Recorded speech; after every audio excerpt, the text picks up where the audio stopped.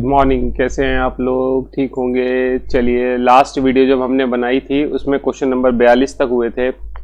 उसके बाद next video कर रहे हैं हम और पेपर को पूरा करने की कोशिश करेंगे। बड़ा पेपर है, थोड़ा सा बड़ा से मतलब एक्सप्लेनेशन से बड़ा हो जाता है, निशान तो लग जाते हैं 10 मिनट में, लेकिन चलिए ध्यान देते हैं। क्वेश्चन नंबर 42 तक हो गया था, आप क्वेश्चन नंबर 43 पर आ रहे हैं। कह रहा शेरशाह ने बंगाल को कितनी सरकारों में विभाजित किया था।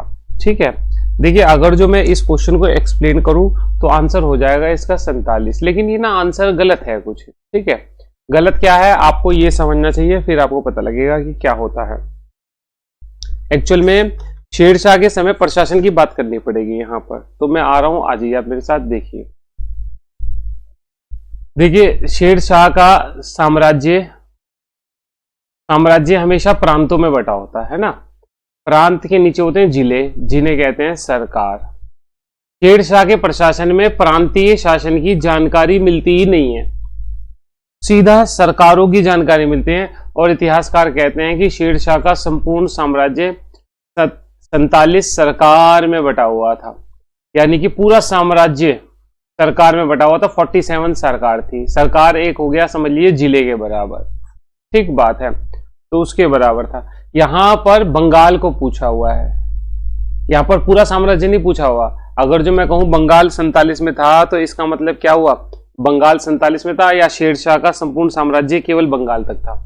तो ऐसा मिलता है कि संपूर्ण साम्राज्य में 47 सरकार थी और जो बंगाल प्रांत था उसके लिए विशेष व्यवस्था की गई थी। वहां पे 19 सरकारों में बटा हुआ था बंगाल। इसलिए मैं कह रहा हूं कि ये क्वेश्चन थोड़ा सा गड़बड़ हो रहा है। खैर, आपको जो क्वेश्चन आए हुए हैं मैं आपको वो बता देता हूं, ठीक बात है। तो जैसे ये सरकार है, सरकार में ना अधिकारी होते थे। कौन कौन से अधिकारी होते थे मेन मैं आपको बता देता हूं। एक होता था शिकदार, शिकदार ए शिकदरान, और एक होता था मुंसिफ ए मुंसिफान। ठीक बात है, ये तो करता था फौजदारी कार्य। फौजदारी का मतलब शांति व्यवस्था बनाकर रखना, और ये करता था आर्थिक कार्य। ठीक बात है। अब शेरशाह ने, मैं आपको बताऊं, शेरशाह ने बंगाल में क्या किया था। बंगाल में एक पद बनाया था जिसका नाम था अमीर बंगला का पद। ठीक है, पेपर में पूछा गया अमीर बंगला का पद जो था बंगाल के लिए वो कैसा था, नागरिक पद था, यानी कि गैर सैनिक पद था। और इसके ऊपर पता है किसे नियुक्त किया था, इसके ऊपर काजी फजीलात को अपॉइंट किया था इस पद के ऊपर। ये भी पेपर में पूछा जा चुका है। ठीक बात है, अमीर बंगला पद बनाया था, एक स्पेशल एडमिनिस्ट्रेशन किया था बंगाल के लिए। ठीक है, तो ये क्वेश्चन यहां से हो जाएगा शेरशाह का। उसके बाद नेक्स्ट क्वेश्चन पे चलते हैं। कह रहा किसने चित्रकला मीर सैयद अली और दसवंत को अपने यहां पर संरक्षण दिया है, यही तो क्वेश्चन है। तो देख लीजिए, इसका आंसर लगाऊं तो इसका आंसर लग जाएगा अकबर। ठीक है, तो आप इसका आंसर लगा देंगे, मीर सैयद अली और दसवंत को अकबर ने अपने यहाँ पे संरक्षण दिया था। ठीक है, अब पता है आपको चित्रकला के बहुत सारे क्वेश्चन हैं, आप कहें तो मैं आपको बता देता हूं चित्रकला के क्वेश्चन। चलिए देखिए, चित्रकला के क्वेश्चन के लिए नए स्लाइड पेज में आता हूं मैं, और नए पेज में आता हूं तो सबसे पहले देखते हैं चित्रकला के क्वेश्चन। तो मैं यहां पे डाल देता हूं मुगल चित्रकला। ठीक बात है। देखिए सबसे पहले नंबर 1 क्वेश्चन बाबर के समय में। बाबर अपनी पुस्तक में जिस चित्रकार का नाम करता है उसका नाम लेता है, उसका नाम होता है बेहजाद। ठीक बात है, बेहजाद जिसे पूर्व का राफेल कहा गया है। बाबर की पुस्तक तुजू के बाबरी में, अभी हमने यहाँ पर डिस्कस की थी ये वाली पुस्तक, ठीक है नहीं, तुजू के बाबरी में जिस चित्रकार का जिक्र आता है उसका नाम होता है आपका बेहजाद, जिसे पूर्व का राफेल कहते हैं। फिर आता है हुमायूं। ठीक है, हुमायूं ना ईरान गया था और ईरान से 2 चित्रकारों को लाता है। एक को लाता है मीर सैयद अली, और दूसरा चित्रकार जिसे हुमायूं लाता है उसका नाम होता है अब्दुस समद। तो ये दोनों चित्रकार किसके समय के हैं, हुमायूं के समय के हैं। ठीक बात है। अब आपसे पूछे कि मुगल चित्रकला की व्यवस्थित नींव किसने रखी, तो व्यवस्थित नींव जो है चित्रकला की वो रखी है अकबर ने। अकबर ने एक अलग डिपार्टमेंट भी बना दिया, चित्रकला का डिपार्टमेंट। ठीक हो गई बात। अब अकबर के समय में आपको 2-3 चीजें बताऊं ठीक है। कुछ लोग मानते हैं कि मुगल चित्रकला की नींव हुमायूं ने रखी, जबकि वो गलत है। व्यवस्थित नींव रखने का श्रेय जो है अकबर के समय। हालांकि चित्रकला का प्रारंभ हो गया था हुमायूं के समय, लेकिन उसे पूरी तरह व्यवस्थित किया है जिसका नाम है अकबर। अकबर के समय अगर जो मैं आपसे कहूं तो एक चित्रकार है जिसका नाम है दसवंत। ठीक बात है। दसवंत ने रजनामा का चित्र बनाया। रजनामा आप जानते हैं किसका नाम है? महाभारत का। इसका चित्र बनाया था दसवंत ने। ठीक बात है। दसवंत अकबर के समय का अग्रणी चित्रकार के पद पर सम्मानित था। अग्रणी चित्रकार के पद पर। ठीक हो गई बात।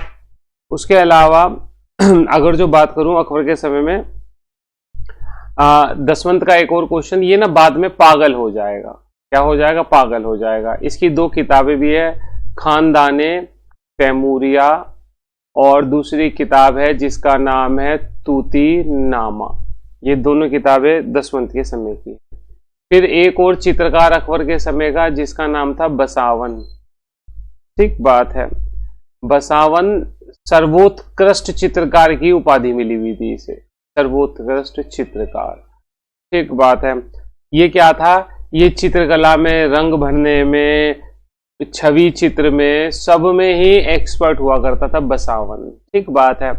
बसावन का एक चित्र तो बहुत इंपॉर्टेंट है। आपसे पूछे बसावन, दसवंत ने महाभारत का चित्र बनाया, बसावन ने किसका बनाया? बसावन ने रामायण का चित्र बनाया है, अकबरनामा के चित्र बनाए हैं। पहले क्या हो रहा था इस समय? हाथ से लिखी हुई किताबों को पेंट किया जाता था, जीवित चीजों को पेंटिंग नहीं की जाती थी, हाथ से लिखी हुई किताबों को। ठीक बात है।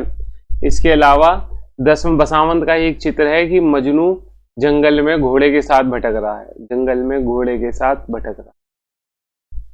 ठीक है, ये इसी के समय का चित्र है। ठीक हो गई बात।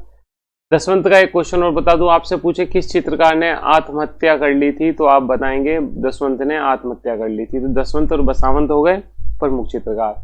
यहाँ क्वेश्चन में पूछा गया मीर सैयद अली। मीर सैयद अली हुमायूं के समय था, ईरान से आए थे दोनों के दोनों, और ये कुछ समय अकबर के यहाँ भी रहा है, इसलिए ये क्वेश्चन यहाँ पे अकबर इसका सही आंसर लग जाएगा।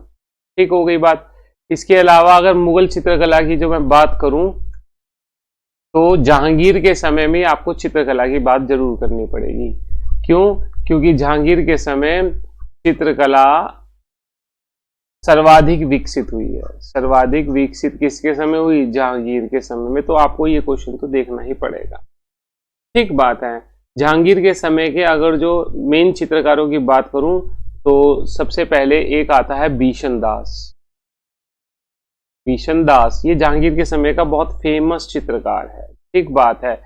ये आपसे पूछे किस चित्रकार को ईरान भेजा था, तो बीशन दास ईरान गया था ईरान के शाह का चित्र बनाने के लिए। जहांगीर ने भेजा था कि भाई देखूं तो कैसा है ईरान का शासक, तो उसका चित्र बनाकर लाया था। ठीक बात है। बीशन दास के बाद एक चित्रकार है अबुल हसन। देखिए अब्दुल समद वहां था, ये अबुल हसन है, जहांगीर के समय का बहुत इंपॉर्टेंट चित्रकार है। ये व्यक्ति चित्र में एक्सपर्ट है। अब आप कहेंगे व्यक्ति चित्र में, देखिए मैं आपको बताऊं, अगर जो अभी आपने पढ़ा बाबर, बाबर के बाद हुमायूं, हुमायूं के बाद अकबर, इनके यहाँ पे जो चित्र बने ना ये पांडुलिपि के चित्र थे, पांडुलिपि के, यानी किताबों के चित्र बने, आदमियों के चित्र नहीं बनते थे। जहांगीर एक ऐसा शासक हुआ जिसने व्यक्ति चित्र बनाने शुरू करे। ये आईएएस में पूछा गया था अभी पिछले साल क्वेश्चन, व्यक्ति चित्र। तो अबुल हसन एक्सपर्ट था व्यक्तियों के चित्र बनाने में, बहुत इंपॉर्टेंट क्वेश्चन है ये। ठीक बात है। चलिए, तो आप अबुल हसन के कई चित्र भी हैं, जैसे कि आपसे पूछे जहांगीर ने एक किताब लिखी अपनी ऑटोबायोग्राफी तुजू के जहांगीरी, तो तुजू के जहांगीरी के मुख पृष्ठ यानी मेन पेज का चित्र भी किसने बनाया था? तो अबुल हसन ने ही बनाया था। इंपॉर्टेंट क्वेश्चन है ये। उसके बाद अबुल हसन के बाद एक और चित्रकार है जहांगीर के समय का जिसका नाम है मंसूर, बहुत इंपॉर्टेंट है।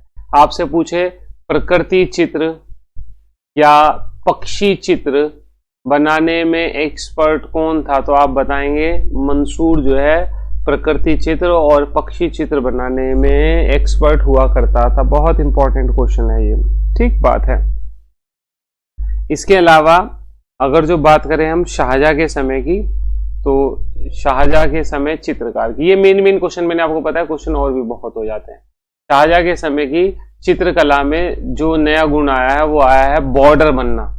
बॉर्डर बनाना शाहजहां के समय शुरू हुआ और औरंगजेब ने चित्रकला पर प्रतिबंध लगा दिया। ठीक है, तो ये हम क्वेश्चन देख लेंगे।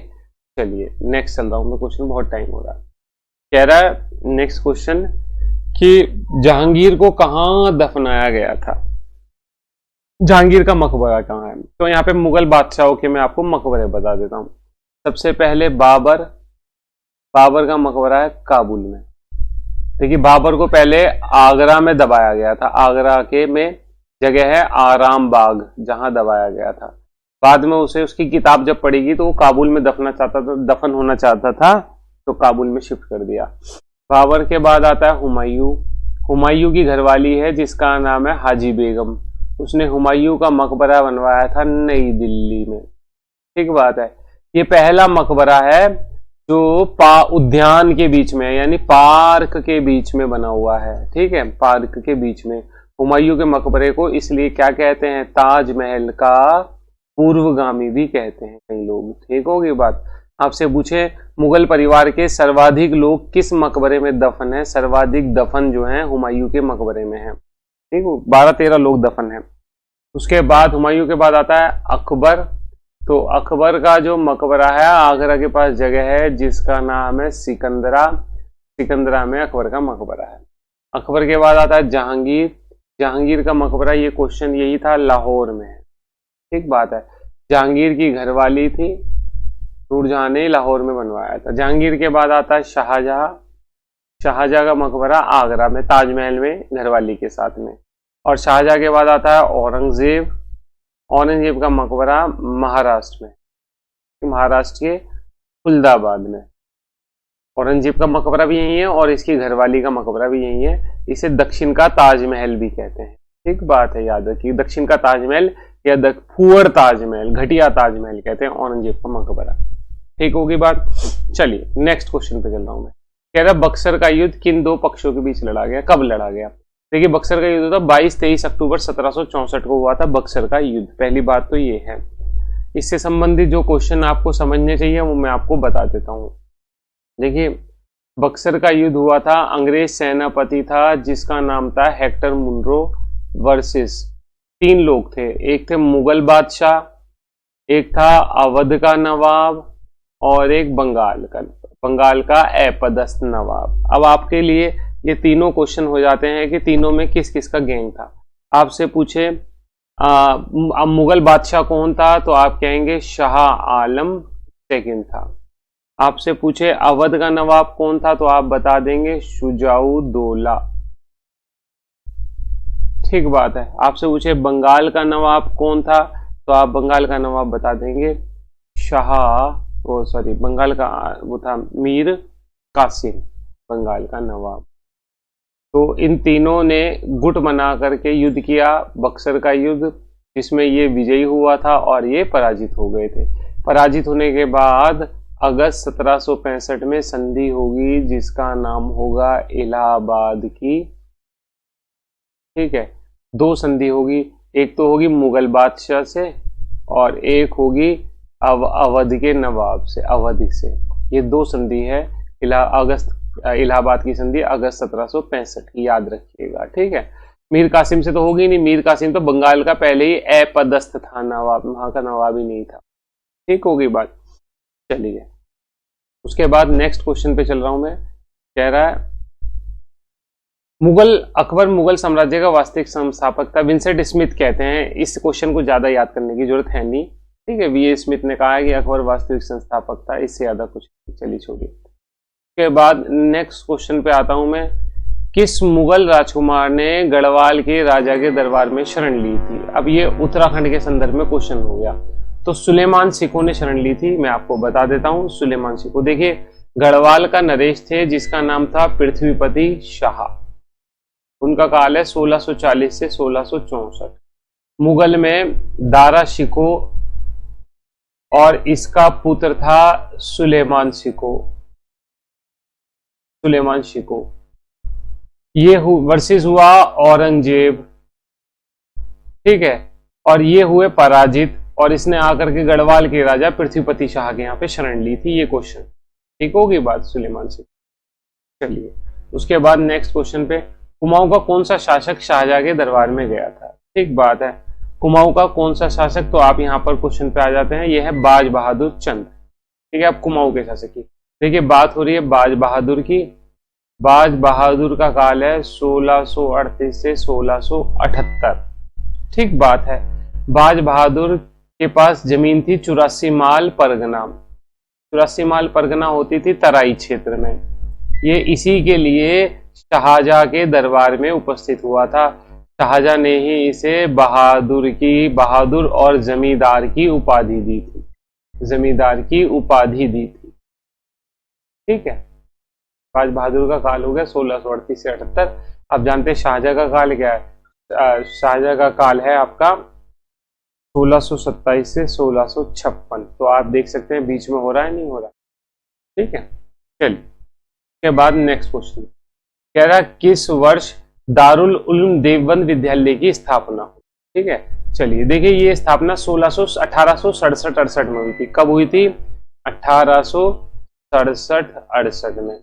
संस्थापक कौन थे? ये आपके सहारनपुर में है नहीं, देवबंद में, ये थे ननोतवी और रशीद अहमद गंगोई। रशीद अहमद गंगोई ये थे इसके देवबंद स्कूल के संस्थापक, याद रखिएगा आप। ठीक है, 1867-68 में। उद्देश्य क्या था? उद्देश्य था परंपरागत शिक्षा यानी आधुनिक शिक्षा का विरोध करना। ठीक है, देखिए इस समय ना एक विद्यालय खुला था अलीगढ़ आंदोलन, सर सैयद अहमद खां का अलीगढ़ आंदोलन। ये कह रहा था मुस्लिमों को आधुनिक शिक्षा दो, तो उसी के विरोध में परंपरागत शिक्षा देने के लिए देवबंद की शुरुआत हुई है। ठीक होगी बात। चलिए ये है क्वेश्चन। नेक्स्ट क्वेश्चन पे आ रहा हूं मैं, आप आ जाइए मेरे साथ। देखिए क्या है क्वेश्चन नंबर 51। फटाफट चलता हूं, लाइट विभाग की शायद। कह रहा पेशावर कांड के नायक कौन? पेशावर कांड के नायक चंद सिंह गढ़वाली है, आप जानते हैं। 23 अप्रैल, यहाँ पे 2-3 क्वेश्चन आपको मैं वैसे ही बता देता हूँ। 23 अप्रैल 1930 की बात है। कब का है पेशावर कांड की घटना, कब घटी थी? 23 अप्रैल 1930। ठीक बात है। तो पेशावर कांड के नायक चंद सिंह गढ़वाली, इसका ओरिजिनल नाम है चंद सिंह भंडारी, याद रखिएगा। तो इन्होंने गोली चलाने पर, अफगान पठानों पर गोली चला, इन्हें ना रैकेट ने आदेश दिया कि भाई पठानों पर गोली चला दो जो सविनय अवज्ञा आंदोलन चला रहे हैं। तो इसने मना कर दिया चंद सिंह गढ़वाली ने। यही घटना कहलाती पेशावर कांड घटना। 23 अप्रैल को गढ़वाल दिवस मनाया गया मोतीलाल नेहरू के कहने पर। 23 अप्रैल को क्या गढ़वाल दिवस, किसके कहने पर? मोतीलाल नेहरू।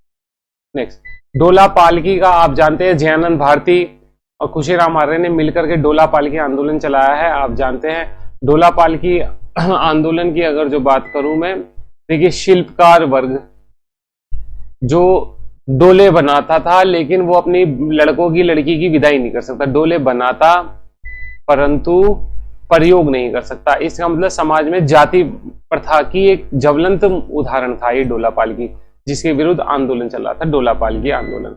उसके बाद नेक्स्ट क्वेश्चन है, कह रहा उत्तराखंड में दांडी मार्च में किसने हिस्सा लिया था? देखिए दांडी मार्च यानी कि गांधी जी ने शुरू किया था 12 मार्च 1930 से 5-6 अप्रैल 1930। नमक सत्याग्रह शुरू होगा इसके बाद। तो हमारे यहाँ से ज्योतिराम कांडपाल, हीरा और खड़ग बहादुर, गोरखा कबीर खड़ग बहादुर ने हिस्सा लिया था, याद रखिएगा। ठीक होगी बात। चलिए क्या है उसके बाद कह रहा है इतिहास के संरचनात्मक सिद्धांत का प्रतिपादन किसने किया? छोड़ दीजिए क्वेश्चन, ये आपके मतलब का नहीं। प्रत्येक इतिहास विचार का इतिहास होता है, आपके मतलब का नहीं है। कह रहा शिवाजी के बाद गुरिल्ला युद्ध पद्धति का महान प्रतिपादक कौन माना जाता है? तो देख लीजिए बाजीराव प्रथम माने जाते हैं। ठीक है, बाजीराव प्रथम का काल है, बाजीराव प्रथम 1720 से 1740, दूसरे पेशवा थे ये। इन्होंने गुरिल्ला युद्ध पद्धति अपनाई। आपको जानते हैं इनके समय में मराठों की सत्ता कटक से, पेशवाओं की सत्ता कटक से अटक उड़ीसा तक फैल गई थी। इनके समय कहा जाता था बाजीराव प्रथम। सर्वाधिक विस्तार हुआ था बाजीराव प्रथम के समय में। मैं आपको बता देता हूं पेशवा, 3 प्रमुख पेशवाओं में पहले पेशवा आपसे पूछे कौन से, तो आप कहेंगे बालाजी बाजीराव पहले पेशवा थे। ठीक बात है। दूसरे थे बाजीराव प्रथम, तीसरे थे बालाजी विश्वनाथ। ठीक बात है। ये इनका काल था 1713 से 20, इनका काल था 1720 से 40 और इनका काल था 1740 से 61। ठीक है, चलिए नेक्स्ट क्वेश्चन पे आ रहा हूँ। कह रहा गुरु गोविंद सिंह जी ने अपना नाम बदलकर गुरु गोविंद सिंह, देखिए इनका नाम था गुरु गोविंद राय। इन्होंने 1699 में आनंदपुर में सिखों की सम्मेलन में खालसा पंथ की स्थापना की और यहीं पर नाम क्या कर दिया था, यहीं पर नाम कर दिया था गुरु गोविंद सिंह। ठीक है, अब इनके दो क्वेश्चन आप देख लीजिए। इनका ना एक युद्ध है भेंगण का युद्ध, भेंगण का युद्ध, इसका युद्ध भेंगण का युद्ध, भेंगणी कहते हैं कहीं पर, जिसमें गुरुजी ने उत्तराखंड के राजा फतेह शाह को पराजित किया था, गढ़वाल के राजा फतेह शाह को। पता कब हुआ था? ये हुआ था 1687 में 15 अप्रैल को। याद रखिएगा, गुरुजी ने पराजित किया था भेंगण के युद्ध में। एक गुरुजी का जो प्रमुख युद्ध है वो चमकौर का युद्ध। कौन सा युद्ध? चमकौर का युद्ध। चमकौर का युद्ध हुआ था दिसंबर 1704 में। ठीक बात है। इसमें गुरुजी वर्सेस मुगल सेनापति था जिसका नाम था वजीर खां। गुरुजी जीत गए थे, लेकिन गुरुजी के दो लड़के यहाँ पे शहीद हो गए थे, जिन्हें आप साहिबजादे कहते हैं, अजीत सिंह और जुझार सिंह। चमकौर का युद्ध बहुत याद किया जाता है, अजीत सिंह और जुझार सिंह। ठीक बात है। ये केवल गुरुजी की सेना केवल 43 लोग थे। ठीक है, याद रखिएगा। चलिए नेक्स्ट क्वेश्चन पे चल रहा हूं। कह रहा किस गवर्नर जनरल या वायसराय ने पुरातत्वीय अवशेषों को संरक्षण करने की नींव डाली? ठीक है, तो देखिए इस क्वेश्चन पे आ जाता हूं मैं। तो उस गवर्नर जनरल का नाम है लॉर्ड कर्जन। ठीक है, लॉर्ड कर्जन ने पुरातत्व विभाग की स्थापना की थी। लॉर्ड कर्जन का ये क्वेश्चन बहुत इंपॉर्टेंट हो जाता है। ठीक है, पुरातत्व विभाग की स्थापना कर्जन ने की थी, तो कर्जन के इस क्वेश्चन पे आ जाता हूं मैं। चलिए, तो देखिए कर्जन का पहले मैं लिखता हूं कर्जन का काल। कर्जन का काल है 1798 से 1805 कर्जन का काल होता है। ठीक होगी बात। लॉर्ड कर्जन के अगर जो काम की बात करूं तो कर्जन ने 1904 में प्राचीन स्मारक अधिनियम बनाया था। अधिनियम, ठीक है, आर्कियोलॉजिकल का, प्राचीन स्मारकों को संरक्षित करने का। ये लिखा पुरातत्वीय अवशेषों को संरक्षित करने का। ठीक है, तो इसलिए कर्जन ये जाने जाते हैं। कर्जन के बहुत सारे काम हैं। ठीक है, अगर आप कहें तो मैं दो चार आपको बता दूं। कर्जन ने 16 अक्टूबर 1905 को क्या किया था? बंगाल विभाजन किया था। कर्जन जाने जाते हैं, आप जानते हैं। ठीक है, कर्जन के समय का अगर जो मैं और क्वेश्चनों की बात करूं, चलिए, कर्जन ने एक क्वेश्चन आता है विश्वविद्यालय अधिनियम। विश्वविद्यालय अधिनियम कर्जन के समय का है। ये अधिनियम 1904 का है। एक कमेटी बनी थी टॉमस रेले की अध्यक्षता में, इसी की रिपोर्ट पर विश्वविद्यालय अधिनियम बना था। टॉमस रेले कमेटी 1902 की थी। ठीक बात है। कर्जन ने एक पुलिस आयोग भी बनाया था।